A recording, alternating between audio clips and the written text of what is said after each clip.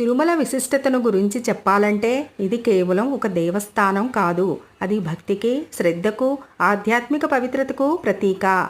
వెంకటేశ్వర స్వామి కలియుగ దైవం. కలియుగంలో భగవంతుడిని ప్రత్యక్ష రూపంగా భక్తులు విశ్వసించే దైవం వెంకటేశ్వర స్వామి.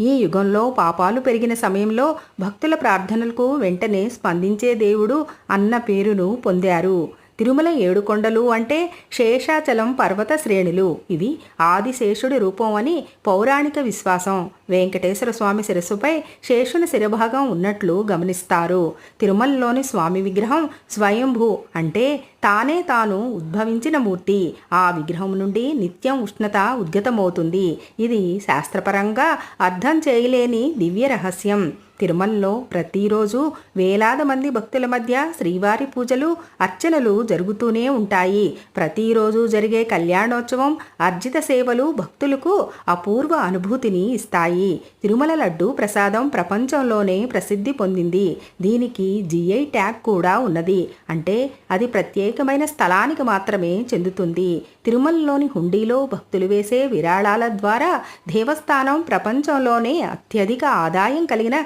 దేవాలయంగా నిలిచింది. తిరుమల కొండలపై కొన్ని శిలలు వాటి దగ్గరగా చెవిపెట్టి విన్నట్లయితే ఓం వంటి ధ్వని వినిపిస్తుందని భక్తులు చెప్తారు. ఇది శేషాచలం పరిమళమైన దివ్యశక్తిని సూచిస్తున్నది. తిరుమలలోని వాతావరణం, ఆక్సిజన్ స్థాయిలు ఎంతో పవిత్రంగా ఉంటాయని శాస్త్రవేత్తలు కూడా గుర్తించారు. ఇది భక్తుల శరీరానికి, మనసుకు శాంతిని కలిగిస్తుంది. తిరుమలకు ఒక్కసారి వెళ్ళి స్వామిని దర్శించడమే భక్తుడు చేసిన పాపాలకు విమోచనమవుతుంది అన్నది భక్తుల గాఢ విశ్వాసం. ఇది భూలోక వైకుంఠం అని పిలవడానికి కారణం.